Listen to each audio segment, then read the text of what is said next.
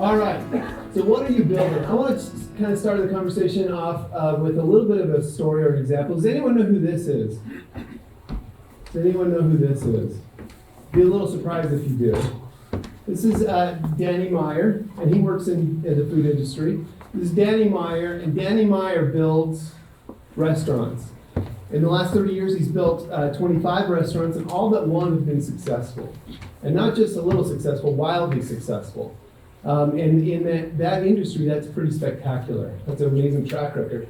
To give you a sense of that success, his first restaurant is called Union Square Cafe in New York. And it's been had the number one spot on the Bob Saget's list of best restaurants. Zagat's best restaurant list, it's been the number one spot 9 times, which is pretty tremendous. And his other restaurants have been in the top 20 pretty regularly. He does very well in this industry of starting restaurants. Most of them are pretty high end. However, there's one exception. I wouldn't say it's not high end, but this is the one I've been to. Shake Shack. How many of you have been to Shake Shack? Okay. It's the whole reason I'm in consulting, so I can travel the world and go to different Shake Shacks. I was actually a little bit disappointed when they built one here, because they're my Easter egg hunt across the country where, oh, is there a Shake Shack out there? Then I'll take the onsite. But it's great. It's a great place. And it's, by the way, has a market cap of $2.6 billion. So he's been very successful. But Danny Meyer realized, it's difficult to start a restaurant. It's very difficult to start that second restaurant. And in a wonderful book called The Culture Code, he talks about starting his second restaurant.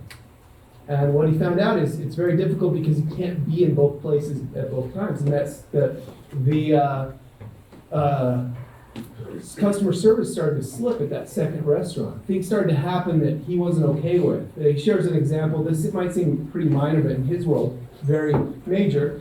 A guest came in and ordered a salmon dish in the second restaurant. She ate half of it, did not like it, sent it back.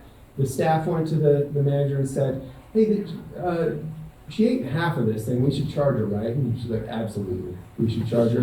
Put it in a doggy bag, give it to her. So this woman that didn't like her dish had her dish returned to her in a bag with the bill for it. And in his world and in the experience he was creating in these high-end restaurant experience, that wasn't okay. And that was kind of this moment where he realized that he needed to be more deliberate in the culture he was creating, in the experience he was creating, because he couldn't litigate or he couldn't mandate the right performance in every single instance, every single scenario. He had to have a culture help influence and direct people how to act.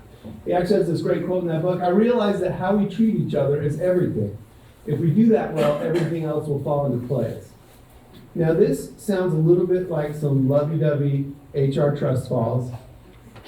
And there's that side of it that resonates with me in a big way, that yes, we should treat people the right way because it's the right thing to do. They're human beings, we're human beings, great, but there's a strategic side to it as well.